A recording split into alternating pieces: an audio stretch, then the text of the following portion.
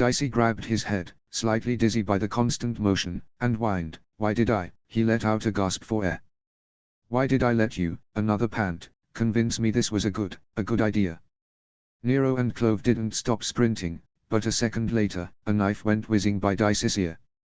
He stopped his sprint, dodging the weapon as it flew to the edge of the wall. What the hell was that? Grow up. If you can't handle a fucking sprint, maybe you should go home and be a quarryman. As far as Clove was concerned, his complaints were